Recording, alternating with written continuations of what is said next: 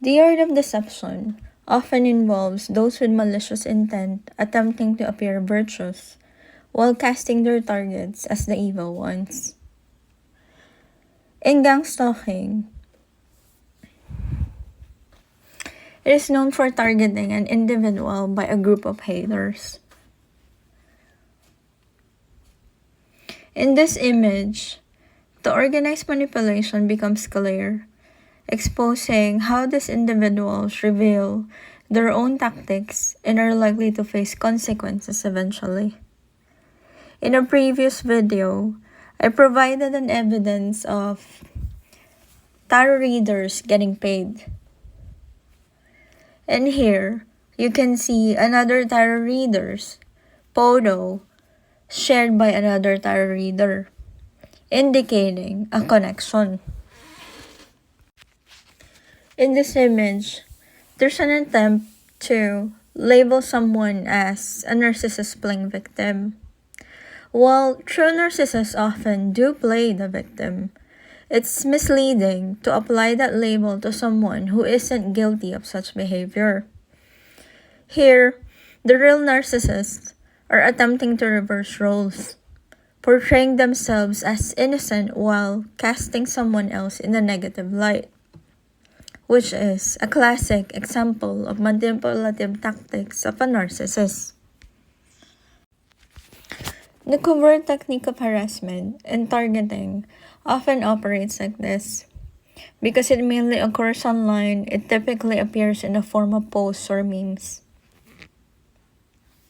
This will contain certain trigger words aimed at signaling or hinting toward a specific individual. Not only do these cues show up in posts, but they also appear in comments from trolls who use specific words to send subtle cues to the target. These cues are intended to cause emotional or psychological harm to the target, while the general public remains unaware that any targeted harassment is happening.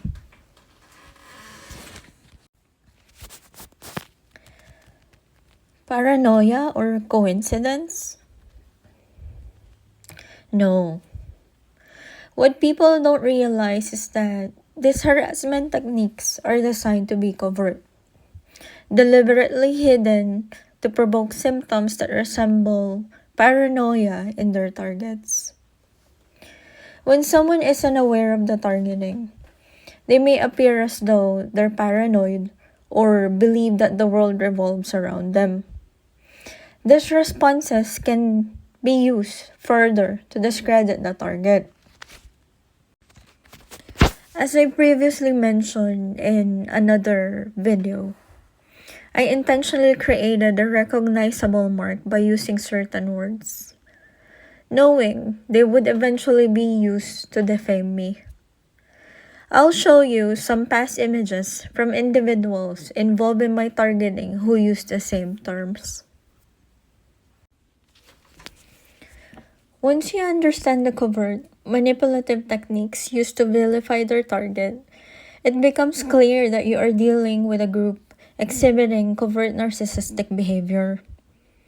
True narcissism can take various forms, and in this case, it manifests as antagonistic narcissism, where individuals antagonize others to gain some benefit.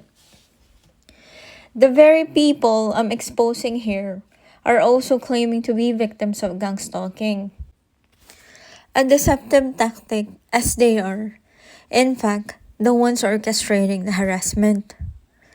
This is a classic example of projection, where they accuse others of the same behaviors they themselves are engaging in. This is why it's crucial to carefully assess any smear campaign that accuses someone of narcissism, as these accusations often reveal more about the accuser than the accused. A key red flag here is the coordinated nature of these accusations, often involving a group that acts like flying monkeys, further indicating narcissistic manipulation at play. When you assess the situation, you'll notice that they often reveal their own tactics, them giving you clues that will eventually be used against them. These predators, who rely on covert methods, believe themselves to be so clever and untouchable that they won't get caught. In this case, it is clear they see themselves as superior. They elevate themselves by degrading their target, frequently labeling them as dumb or stupid. Unfortunately, this perception of superiority is genuine for them. But if you take a closer look at the situation, the very act of them dropping cues and assuming they can get away with it is in itself foolish. This is yet another classic example of narcissistic projection. Projecting their own insecurities onto others because they fear being seen as lacking. In this case, it's simply insecure individuals attempting to mask their own shortcomings.